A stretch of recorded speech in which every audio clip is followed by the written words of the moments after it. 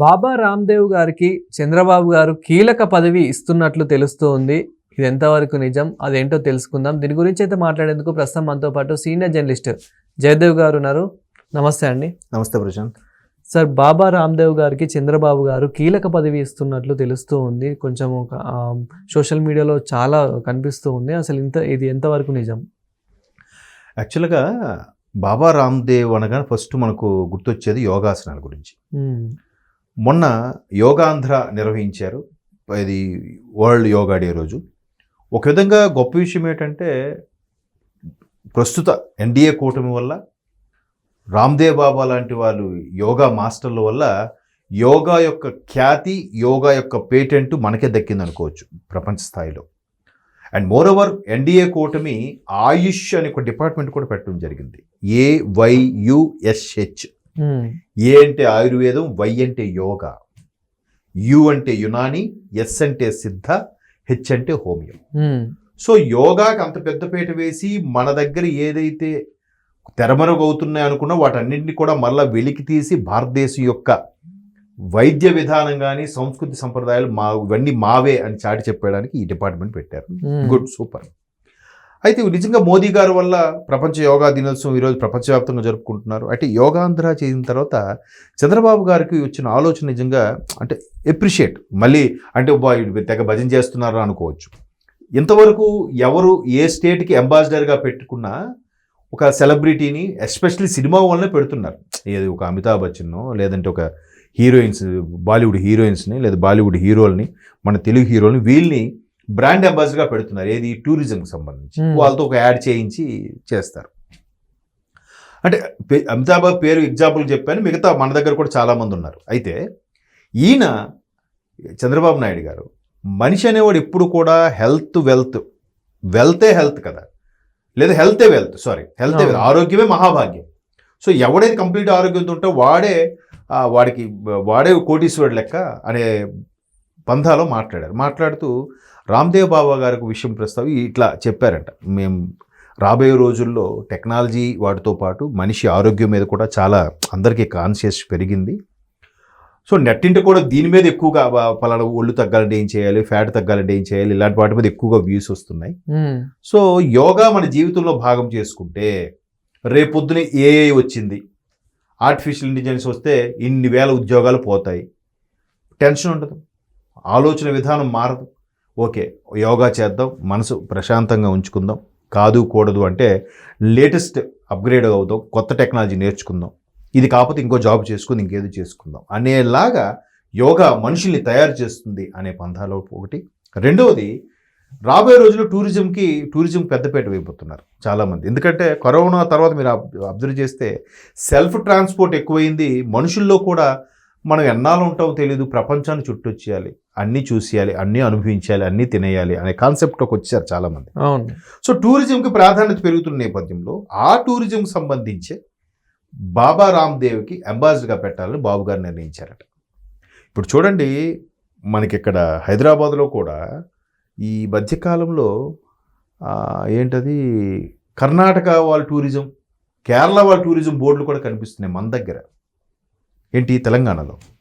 మరి మన తెలంగాణ టూరిజం బోర్డులు కూడా కనబడాయి, మన ఉంటూనే అవి కూడా ఉన్నాయి. అంటే వాళ్ళు ఎక్కడి వరకు వచ్చారో చూడండి, మా రాష్ట్రాలకి రండి అని. ఇప్పుడు అందుకే కదా ఇప్పుడు గోవా ఉంది, కేరళ ఉంది, వాళ్ళు ఎంత పబ్లిసిటీ చేసుకున్నా పులోమని జనాలు వెళ్తున్నారుగా. బట్ అటు నుంచి అంత స్థాయిలో రావట్లేదు నాకు తెలిసినంతవరకు. సో అలాగ మనం కూడా పబ్లిసిటీ చేసుకోవాలి అనే దృష్టిలో ఇక్కడ తెలుగు రాష్ట్రాల వరకు బాగా ఇది చేయాలని రామ్దేవ్ బాబా అయితే ప్రపంచవ్యాప్తంగా అందరికీ తెలిసిన వ్యక్తేగా. సో అలాంటి వ్యక్తితో చెప్తే బాగుంటుంది, ప్రశాంత్ మనసుకి ఆహ్లాదంగా ఉంటుంది, దాంతోపాటు ఆరోగ్యం కూడా ముఖ్యమే అన్న చెప్పే ధోరణిలో బాబు గారు ఈయన్ని పెట్టబోతున్నారు. సో అది మంచి పరిణామం కూడా. సో సెలబ్రిటీలు అంటే ఈయన కూడా సెలబ్రిటీయేగా. బాబా రామ్దేవ్ పతంజలి పెట్టారు, తర్వాత చాలా ప్రొడక్ట్స్ ఎంత మార్కెట్ అయిందంటే because of yoga, because of దీనివల్లే ఆ టైటిల్ కూడా పతంజలి అని పెట్టడం జనాలకు బాగా వెళ్ళిపోయింది, క్యాచీగా ఉంది. ప్రొడక్ట్స్ మళ్ళీ సేమ్ అన్ని ప్రొడక్ట్స్ లాగే ఉంటాయి, పెద్దగా తేడా ఏం లేదు. కానీ ఆ గుడ్ విల్ అందు చూసారు, ఆ పేరుకు తగ్గ ఆ బ్రాండ్ నేమ్ వాల్యూ, అక్కడ మనకు అర్థమవుతుంది, ఓకే యోగాకి ఎంత ప్రాధాన్యత ఉంది, ప్రతి ఒక్కరూ తెలుసుకుంటున్నారు అనే దృక్పథం ఉంది కాబట్టి బాబు గారు వారికి కేటాయించారట, అంతే. సార్ రామ్దేవ్ బాబా గారు ఫేమ్లో ఉన్నారని, కేవలం ఫేమ్లో ఉన్నారని మాత్రమే చంద్రబాబు గారు పార్టీలోకి తీసుకునే అవకాశం ఉందా? పార్టీ గురించి కాదు, ఇది కేవలం బ్రాండ్ అంబాసిడర్గా చేయడానికి. ఎందుకంటే బాబా రామ్దేవ్ గారిలో ఇంకో గొప్పతనం ఏంటంటే ఎక్కడికి వెళ్ళినా ఆయన యోగాది ఫస్ట్ యోగేన చిత్తస్య అని చెప్పి స్టార్ట్ చేస్తారు. చేసిన తర్వాత గురువులకు పతంజలి మహర్షికి ఈ విద్య అందించినందుకు, ఆ తర్వాత వచ్చి ఆయన శిష్యులు అందించినందుకు కూడా ఒకసారి కృతజ్ఞతలు తెలుపుకుంటూ, అంతా అయిపోయిన తర్వాత ఫస్ట్ ఆయన స్టార్ట్ చేసే ముందు మేరా భారత్ మహాన్ అంటాడంట ఆయన.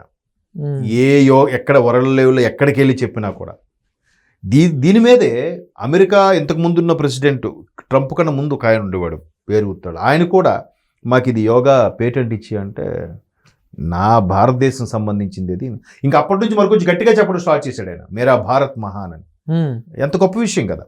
సో అందుకు అటువంటి యోగా విషయంలో, భారతదేశం విషయంలో మరలా యోగ సాధనని మరొక్కసారి అందరినీ భుజం తట్టి పైకి తీసుకొచ్చాడు కాబట్టే ఆయన్ని ఈ టూరిజం సంబంధించి ఆంధ్రప్రదేశ్ ప్రభుత్వం ఇన్ఫ్లుయెన్స్ గురించి సంబంధించి బ్రాండ్ అంబాసిడర్గా ఎన్నుకోవడానికి ప్రధాన కారణం అది.